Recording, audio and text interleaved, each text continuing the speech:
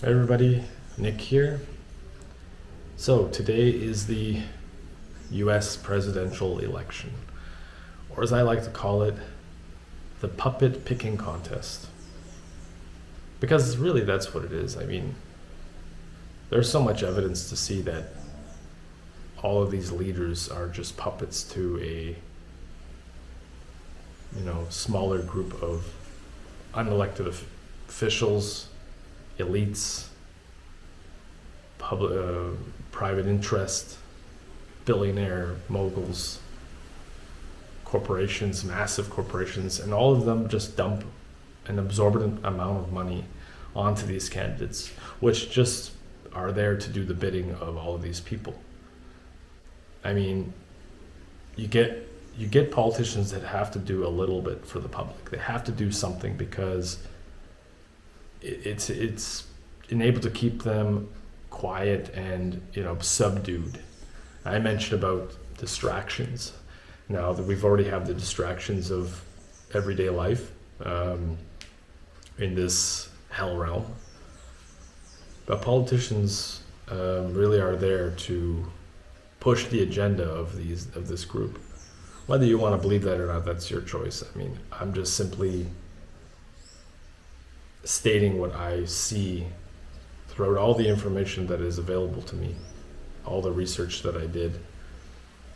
And I'm not saying that I have all the answers, but it's just over the course of most of my life. I've been following politics since maybe I was 12 years old, maybe a little bit sooner than that, at least since the Bill Clinton administration, around there, the Gulf War, early 90s.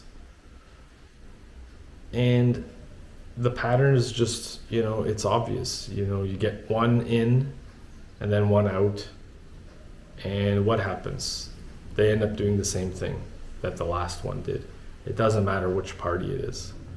They continue the work that is being given to them. The push continues, and it's a tiptoe to totalitarianism. And it's so clear to see that. I mean, you have to just watch what happens. All this money being funneled to wars, funding genocide, and just really some evil things going on in this world. So really, it doesn't matter who you vote for, because the agenda will just continue rolling. Sure, with the Democrats and Harris, who wasn't even, given a vote in the Democratic National Convention in 2019, was basically anointed vice president by Biden, and then for some reason was given the go-ahead to be the candidate with no one's permission and no vote, and that's just, to me, very undemocratic. But usually that happens because the globalists want that. Now, you can believe whatever you want. I will stand by my word. But under them, the agenda will move much quicker because for some reason that party has been a little bit more taken over. The Republican Party under Trump, should he win, I mean, the agenda will still move on. A lot slower, of course. Whether he is part of this group, I have no idea. He hasn't gone to any wars. It was a weird presidency for sure when he was in office, because some things he would say and whatever. I don't hate anybody. Just to let you know, for those of you who do support Trump, for whatever reason, I don't hate him and I don't hate her. I find that I'm not going to go down that path of negative energy, because it's just, they're human beings. Whether they know they're being controlled by, an outside force, I couldn't tell you. But the whole system is pretty much has been under control. So as I was saying, people always say that no matter who wins, the government always wins, because nothing changes. Nothing really changes under any of these administrations. People thought that when Obama won, and he was in office for 8 years, that he would help a lot of people and do this and do that. So many wars, many people died. And I know there's going to be people who are not in the know about what I'm talking about when it comes to outside force, outside influence by the globalist elite, the top 10% of 1%.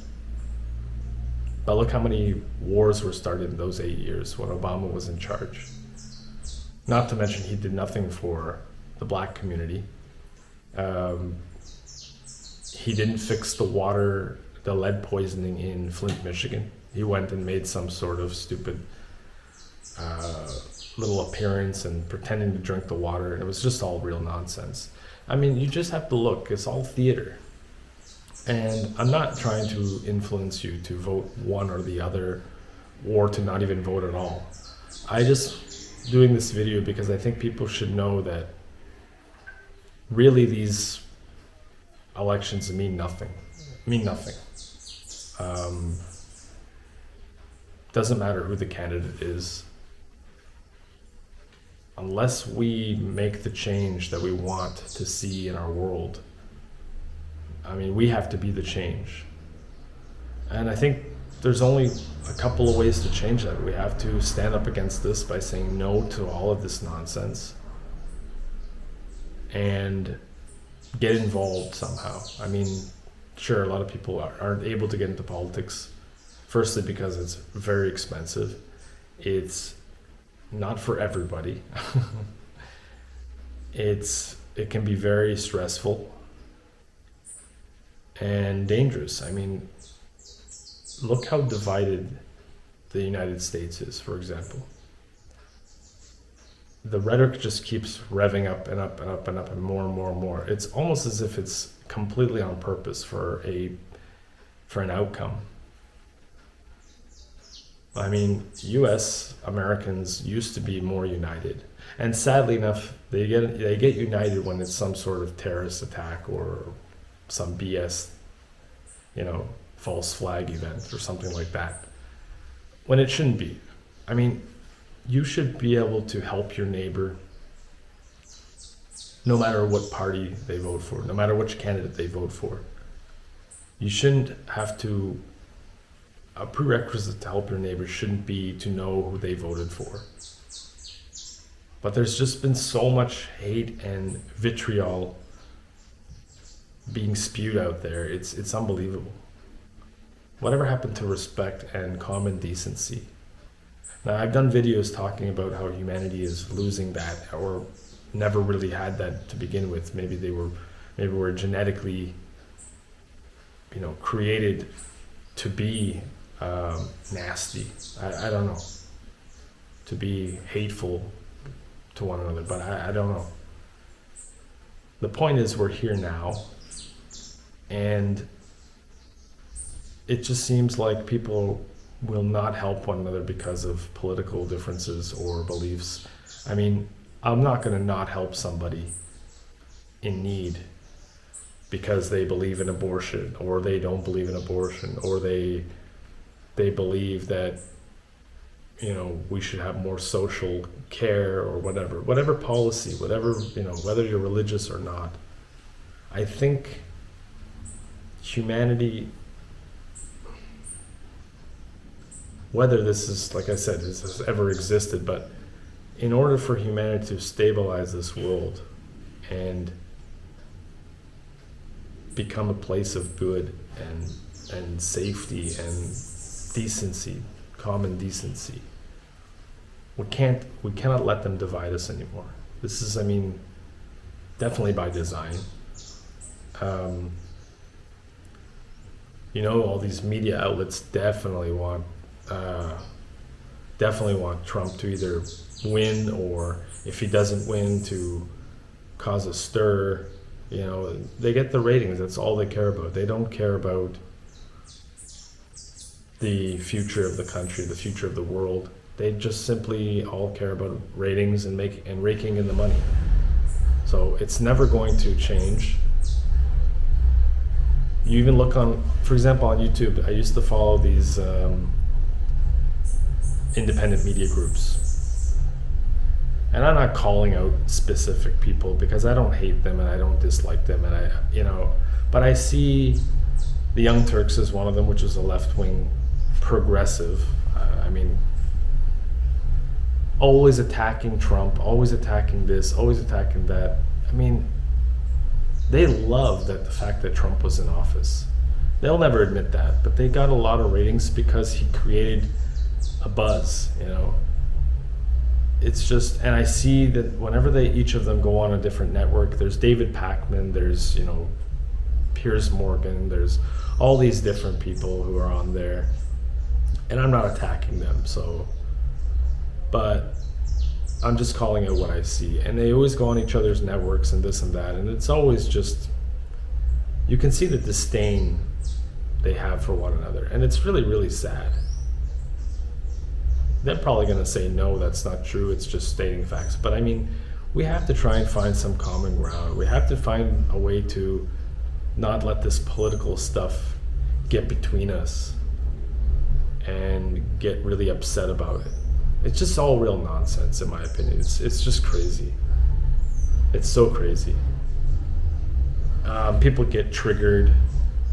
I've seen interviews where Trump supporters go out, and then there's somebody who gets triggered and tries to attack the guy who's doing an interview or whatever.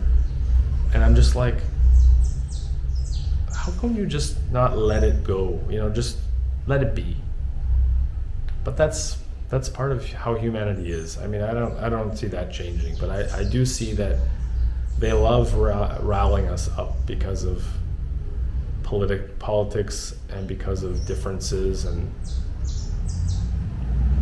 I just don't see that changing unless we change it. One of the best guys, and I know that he really dislikes Trump, but one of the best guys that I've seen is Bill Maher. He has obviously has a real-time show and whatever. He brings on guests from the other party or whatever, from the right. But he has a channel on YouTube, which I think is Club Random. And he brings on everybody. It doesn't matter which side of the political spectrum, male, female, it doesn't matter. Comedian, politician, actor, he'll mingle and converse with these people, and it's just a real civil conversation, which is I think is extremely refreshing, even if they don't agree with everything. We need to get back to that. We really do. And I don't mean just in America, but I mean anywhere in the world.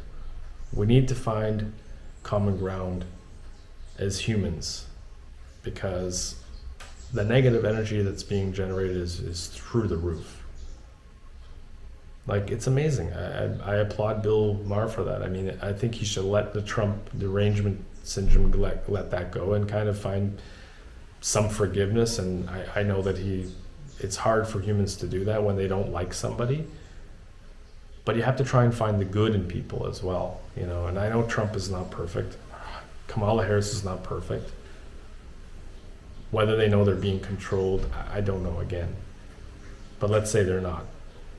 They're just there because they want to be in the spotlight. Let's put it that way. Anyone who goes there and thinking they want to improve the country only, they're lying to themselves. But anyway, so let's hope that no matter who wins, that this candidate or this person or whoever will try to reunite the country. I know that's a very false hope to have, but it's not really even up to them. It's up to the people, both sides, the whole country, because I don't see a very good future, a bright future for the country if this hate continues and this violent tendencies. And the same thing could be said about the world, but yeah, vote whoever you want. I think it's a fool's errand, but all we can do is hope for the best and usually hope is the last to die. So, yeah, I mean, that's all I can really say about this. Let me know what you guys think. Do you think politics is there to unite us or to divide us, or what do you think about U.S. elections? Both candidates, do you think that it's all controlled opposition? Let me know your thoughts. Thank you for watching, and we'll see you guys in the next video very soon. Bye for now.